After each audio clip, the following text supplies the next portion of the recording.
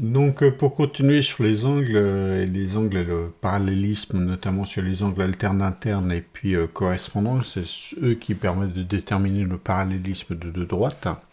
Je vais partir sur GeoGebra. Alors, je prends GeoGebra classique, qui est celui que vous avez en classe. Je vais enlever cet axe qui ne me sert plus à grand chose.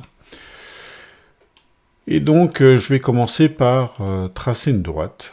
Tout ce qu'il y a de plus banal entre deux points A et B. Et puis je vais placer un autre point C ici. Ce qui va me permettre d'avoir une droite, mais ce coup-ci parallèle. Donc je dois avoir ici droite parallèle.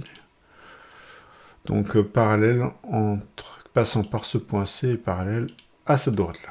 Donc en fait ça me fait une droite parallèle, tout ce qu'il y a le plus standard. Je peux enlever d'ailleurs la grille, elle ne me sert pas grand chose ici. Et je vais refaire une droite entre le point B et C.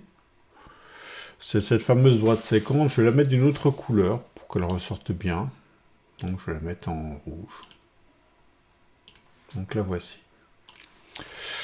Et je vais mettre deux autres points, un point ici et un point ici. Donc, si j'affiche l'angle qu'il y a entre D, C et B,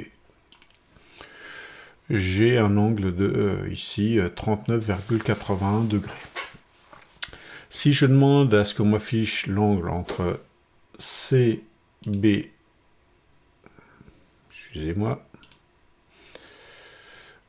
A, alors l'angle entre A, B et C, voici, j'obtiens la même valeur, 39,80. Donc ici, j'ai des angles alternes internes, hein, ils ne regardent pas dans le même sens. Et on peut déplacer le point, par exemple, si je déplace le point C, vous allez vous apercevoir, je m'arrête ici par exemple, que sur ces deux droites parallèles, les angles alternes internes sont toujours de même valeur. Je peux même aller beaucoup plus loin. Ou je peux revenir à quelque chose de beaucoup plus petit. Ici, j'ai 17,43 degrés. Et cette notion d'angle parallèle, elle a un avantage, c'est qu'avec GeoGebra, vous pouvez vraiment tourner autour. Ici aussi, vous avez deux angles parallèles, ici aussi. Et donc, vous pouvez voir qu'on a toujours une identité entre les deux, une inégalité entre les deux. Vous avez l'angle alterne interne est toujours le même.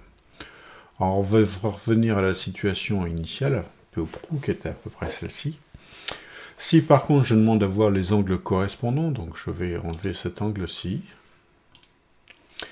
Et donc maintenant, je vais placer un point supplémentaire sur ma droite, ici. Si je demande à afficher cet angle-ci, qui est l'angle correspondant à l'autre, donc ici j'ai deux angles correspondants, ils regardent dans le même sens, et vous allez vous apercevoir qu'ils sont identiques. Donc là aussi, si je déplace n'importe quel point, si je déplace le point C, mes angles correspondants sont identiques.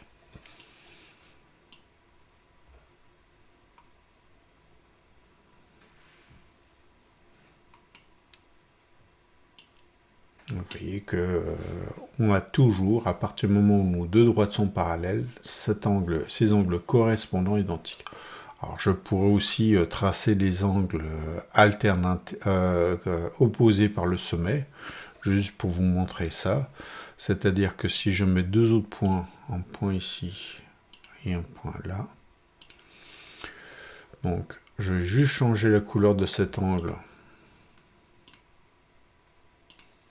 Voilà, je vais le mettre en bleu. Je vais demander à afficher la valeur de cet angle entre G, C et H. Et vous allez vous apercevoir que c'est exactement la même valeur. C'est ce qu'on appelle des angles opposés par le sommet. Voilà.